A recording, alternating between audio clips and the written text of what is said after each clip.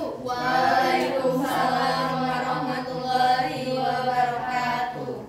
Apa kabarnya semua hari ini? Baik, Bu. Alhamdulillah kalau baik. Masih semangat puasanya? Oke, mungkin sebelum kita mulai belajarnya, Ibu minta tolong ya buat perhatiin kondisi di sekitar. Kalau misalkan ada sampah, tolong dibuang, dan misalkan masih ada barang-barang yang berserakan, tolong dirapiin lagi ya.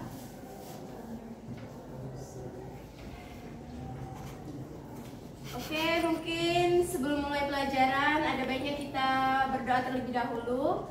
Pada ketua kelas, Ibu minta tolong bantuannya untuk memimpin doa. Oke, baiklah teman-teman, sebelum kita mulai pembelajaran pada hari ini, ada baiknya kita berdoa. Berdoa dimulai. Berdoa selesai. Oh iya, sebelum masuk ke materi hari ini, minggu-minggu kemarin kita udah pernah belajar tentang kegiatan ekonomi. Ada yang masih ingat materi minggu kemarin?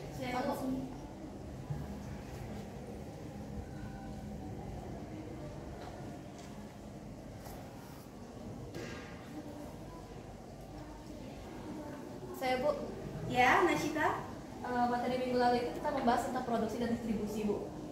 Produksi sendiri adalah kegiatan menghasilkan suatu benda atau menciptakan benda baru sehingga lebih manfaat dan memenuhi kebutuhan. Sedangkan distribusi itu kegiatan untuk menyalurkan barang atau jasa kepada pihak produsen kepada pihak konsumsi. Itu Bu materi yang kita bahas minggu lalu. Iya, bener banget. Jadi minggu kemarin itu kita sempat bahas mengenai produksi dan juga distribusi. Nah, untuk sekarang kita bakal bahas mengenai konsumsi. Tapi sebelum masuk ke materi konsumsi, Ibu akan bacain dulu tujuan pembelajaran kita buat hari ini. Yang pertama itu peserta didik diharapkan mampu memahami apa itu kegiatan konsumsi. Lalu yang kedua, peserta didik dapat membedakan ketiga jenis kegiatan konsumsi yang ada, yaitu produksi, distribusi, dan juga konsumsi. Lalu yang ketiga, peserta didik dapat mengetahui pelaku kegiatan konsumsi. Dan yang terakhir, peserta didik dapat mengetahui faktor-faktor yang mempengaruhi tingkat konsumsi. Lalu selanjutnya, nah, Ibu ada satu kata-kata buat kalian, mungkin bisa dibilang ini motivasi ya. Lelah itu pasti, tapi menyerah itu bukan solusi. Kita sebagai Ibu tahu kondisi kalian pasti sering capek, sering apa, tapi jangan sampai kita cepat nyerah gitu.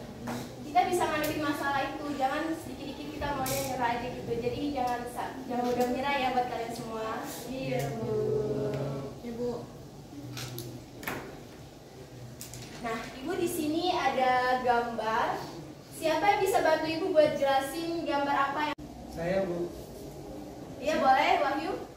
Oke, yang pertama itu gambar produksi, Bu. Produksi padi atau beras. Iya, Kemudian benar. yang kedua distribusi, yang ketiga itu konsumsi. Ya, jadi gambar yang pertama ini di mana para petani padi itu sedang memproduksi padi. Kemudian padi-padi yang sudah diproduksi itu akan dikirim ke pabrik, dan dari pabrik itu akan diolah, dikemas di dalam karung-karung beras. Kemudian karung-karung beras tersebut akan didistribusikan ke para konsumen, dan ialah ini adalah kegiatan konsumsi yang dilakukan oleh masyarakat, oleh kita semua.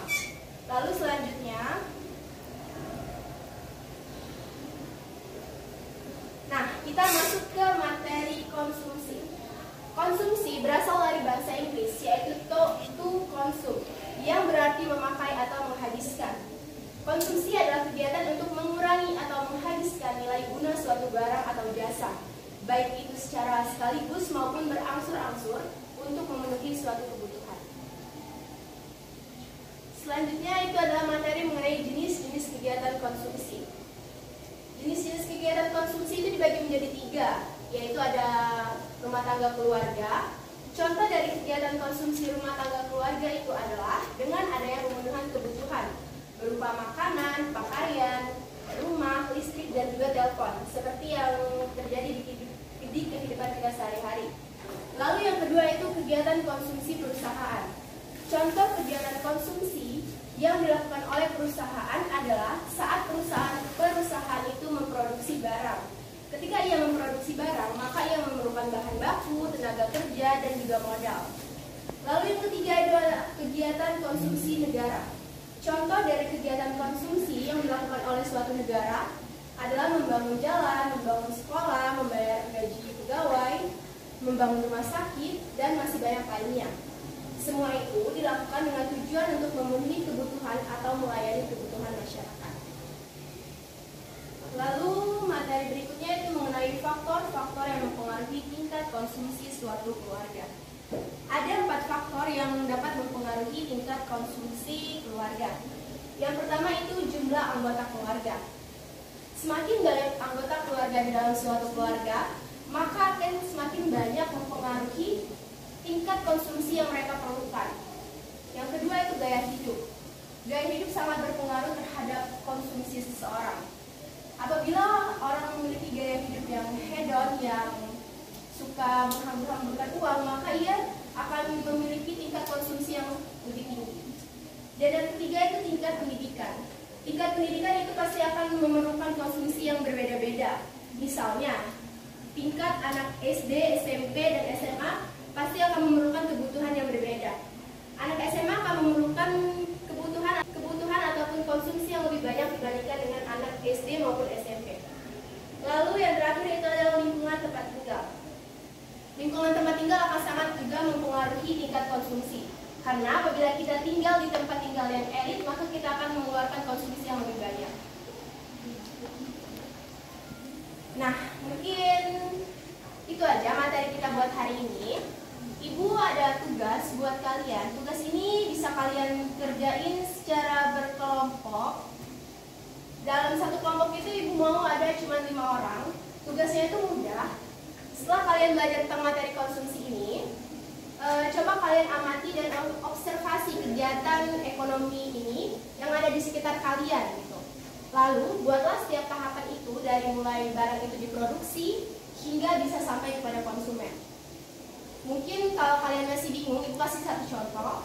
Misalnya itu adalah produksi pabrik tempe, di mana kalian harus catat setiap tahapan produksi, bagaimana mereka itu membuat tempe.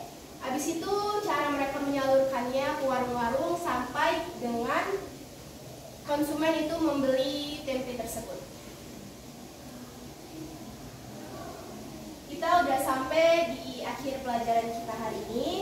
Mungkin ada yang bisa bantu ibu buat nyimpulin apa aja materi kita hari ini? Bu.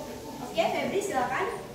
Kesimpulannya, konsumsi adalah kegiatan untuk mengurangi atau menghabiskan nilai guna suatu barang atau jasa, baik secara sekaligus maupun berangsur-angsur untuk memenuhi kebutuhan.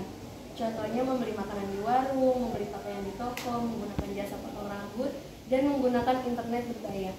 Ya, benar banget. Jadi yang Febri omongin tadi benar ya, tapi mungkin masih ada yang kurang. Jadi konsumsi itu merupakan suatu kegiatan yang dilakukan manusia dengan tujuan untuk mengurangi atau menghabiskan daya guna suatu benda, baik berupa barang maupun jasa untuk memenuhi kebutuhan dan kepuasan seseorang.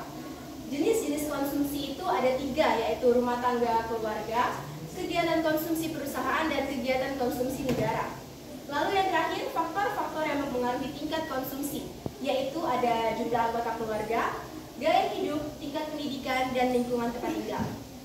Oke, mungkin sampai sini aja pelajaran kita hari ini. Ada yang ingin ditanyakan? Masih ada yang bingung? Tidak ada, Bu. Oke, mungkin ibu cukupkan ya. Buat tugasnya itu jangan lupa nanti minggu depan kita kumpul. Dan tugasnya itu minggu depan dikumpul dan kita akan ketemu lagi di materi berikutnya. Oke, ibu cukupkan ya. Wassalamualaikum warahmatullahi wabarakatuh. Waalaikumsalam warahmatullahi wabarakatuh. Ibu izin pulang ya, anak-anak. Iya, Bu. Terima kasih, Bu. Iya.